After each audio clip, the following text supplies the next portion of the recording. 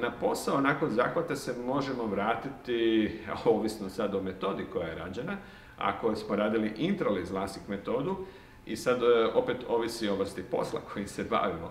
Ako radimo neki uredski posao, u čistom gdje nema prašine, vjetra i tako, mi možemo već sljedeći dan doslovce raditi. Znači, ne znam, ja sam operirao nekoliko svojih kolega liječnika ili ne znam, profesora, učitelja. Znači, nekakve recimo zanimanja koja ipak sebi mogu malo dozvoliti, recimo u tijeku dana pauzicu od koju minutu da stave kapljice u oko, oni doslovce već drugi dan nakon operacije mogu se vratiti na posao.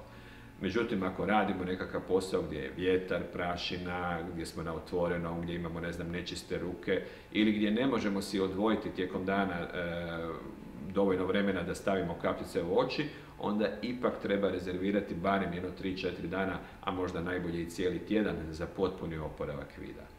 To je kod intraliz LASIK varijante. A kod PRK varijante, za povratak na posao treba najmanje tjedan dana. Jer prvi tjedan nećemo još dovoljno jasno i sigurno i dobro vidjeti, tako da bi svaki povratak na posao u stvari bilo jedno, ajmo reći, mučenje. To baš ako je krajnje nužno. Tako da iza PRK tjedan dana preporučamo za jedan potpuni oporavak da bi se vratili na posao.